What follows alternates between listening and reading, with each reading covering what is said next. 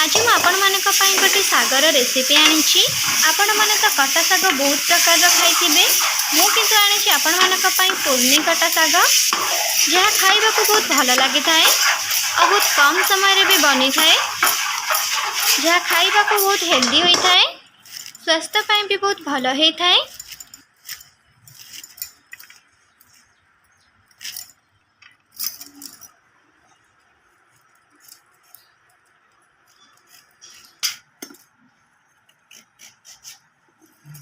एबे चलते आम पूर्णी कटा साग प्रस्तुत करवा।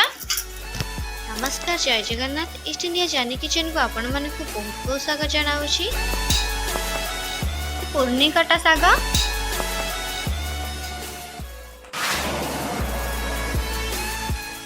साग बनवाई मुझे किसी बिरी आ चाउल को नहीं ताको आम भाजी नहीं गुंड कर नबा। एबे आम चाउल बिरी को दे गुंड कर नबा।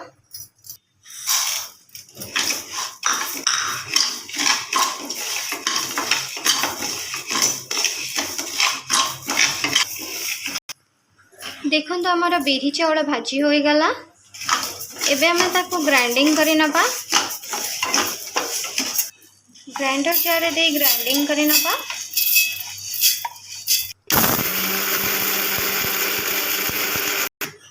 देखो तो आमर बिरी चाउल गुंड हो गला। कटा साग बनवाई मुझे किसी परिबा को नहीं, 2टा आलू, गोटे बैगण, खंडे कखारू। एबे आमे ताको भल भाबे काटी नबा। प्रथमे आमे कखारू को काटी नबा।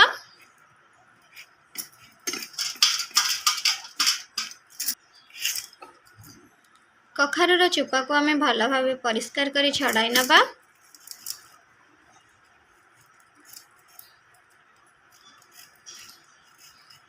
सब कखारू आमे चोपा को एमती छड़ाई नबा।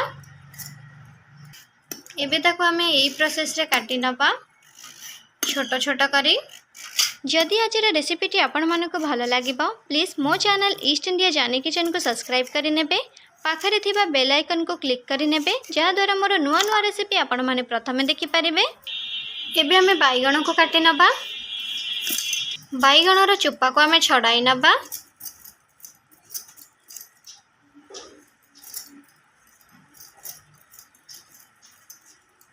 ए प्रोसेस रे हमें बैगणर चोपा को छड़ाई नबा। ए प्रोसेस रे हमें बैगण को काटी नबा छोट छोट करी।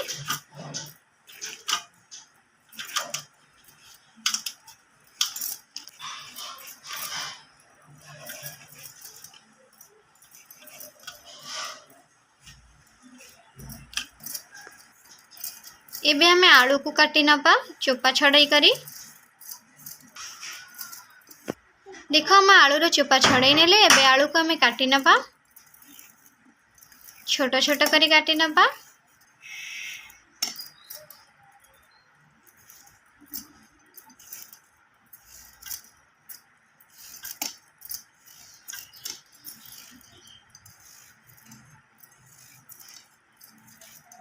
यही प्रोसेस रे हमें सबू आलू को काटी नबा। देखंतु आलू कखारू बैगण को मुझे काटी नहीं। एबे चलते आम साग को काटी नबा। कटा साग बनवाई मुझे किसी पुरुणी साग को नहीं, मुझे किसी कखारू पत्रा को नहीं ताको एबे आम चुन चुन करी काटी नबा।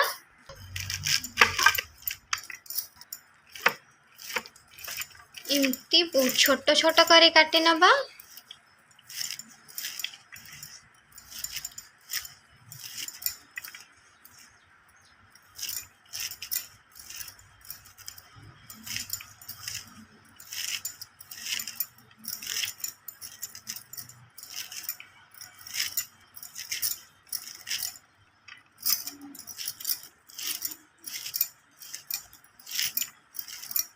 साग काटी हवा भितर आम जो परिबा को काटी नहीं थिले ताको चलते आम सिझाई नबा। परिबा सिझापी मुझे गोटे कड़ाई को नहीं।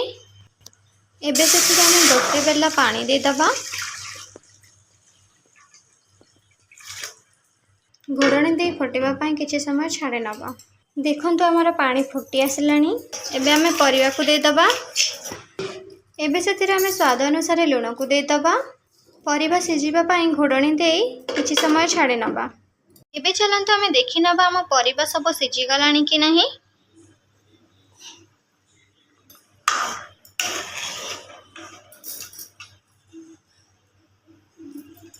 देखंतु परिबा हमर सब सिझि गलानी। परिबा को सब मिक्सिंग करि नबा।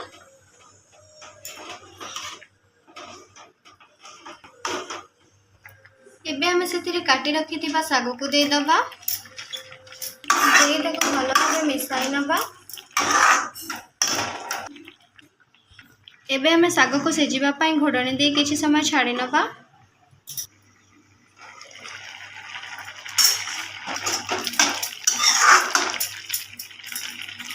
एबे हमें कुनी साग को दे दबा।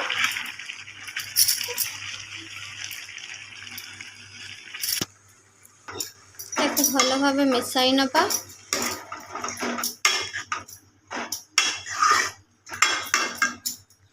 एबे घोड़णी दे हमें साग सिझिबा पई छाड़ी नबा। एबे चलंतु आमे देखिबा साग सिझि गलानी कि नहीं। देखंतु साग हमर सिझि आसिलानी। एबे तक आमे एमिति घुटी चलिबा। साग को मिक्सिंग करि नबा।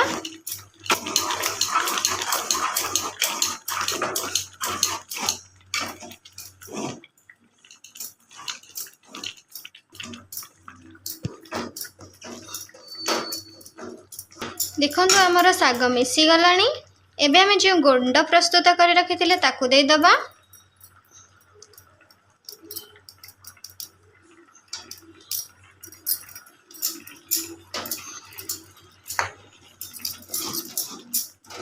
ताकू भल भाव मिसाई नबा।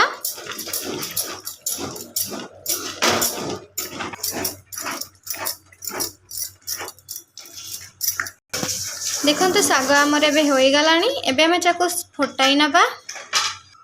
कटा साग फुटेबा पई मो गोटे कड़ाई को गरम करि नेथिली। गोटे चमच सोरिष तेल दे दबा। देखंतु हमर तेल गरम होई गलानी। एबे सेतिरे हमें गोटे चमच गोटा सोरिष को दे फुटाई नबा। सोरिष टिके फुटी गला परे मु आगरु रसुण सुखिला लंका को छेची नेथिली। एबे सेतिरे हमें दे छुंक दे दबा। टिके भाजी नबा। रसुण सुखिला लंका टिके भाजी होई गला परे आमे जियो साग को प्रस्तुत करि रखिथिले एबे ताको आमे दे दबा।